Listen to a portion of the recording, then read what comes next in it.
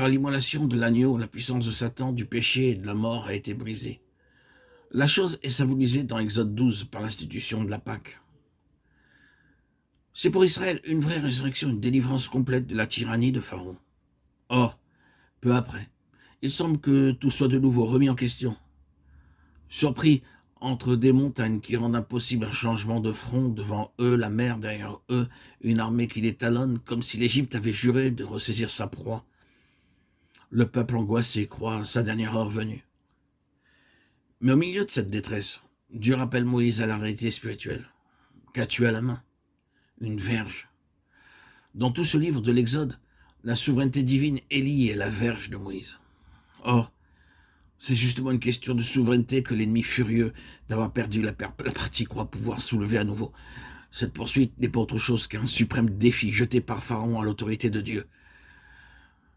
Mais cet étalage de force est inopérant puisque par le sang de l'agneau, l'autorité de droit a été définitivement enlevée à l'ennemi. Nous a transférés du royaume des ténèbres au royaume du Fils de son amour. Moïse lève sa verge, chaise symbolique de l'autorité divine. La mer se fend, le peuple passe, les flots se referment. Ainsi donc, Dieu place au seuil même de la vie de son peuple une leçon qui voudra pour toutes les générations. C'est que depuis l'effusion du sang de l'agneau, l'adversaire peut nous impressionner par sa présence et son activité. Mais sa puissance est brisée. Quel que soit le déploiement de force dont il nous environne, l'autorité n'est pas de son côté. Ce n'est pas que quand tout se présente bien et que les Égyptiens sont bel et bien noyés qu'il faut croire à la victoire. C'est à l'heure tragique où tout semble contre nous. La victoire qui triomphe du monde, c'est notre foi. Ensuite, si l'on me demandait de quoi le peuple de Dieu a le plus besoin à l'heure actuelle, quelle est la chose qui représente pour lui une question de vie ou de mort, alors là, je n'aurais pas d'hésitation. Notre besoin le plus impérieux, c'est que Dieu intervienne dans notre vision spirituelle pour que nous puissions voir ce que lui voit.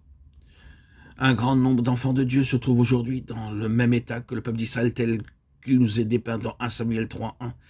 La vision n'était pas fréquente. Autrement dit, il n'y avait point de révélation spirituelle parmi le peuple de Dieu. Et il en résulte pour ses frères et sœurs dans la foi un état d'inutilité spirituelle. Leur témoignage est sans portée, sans effet.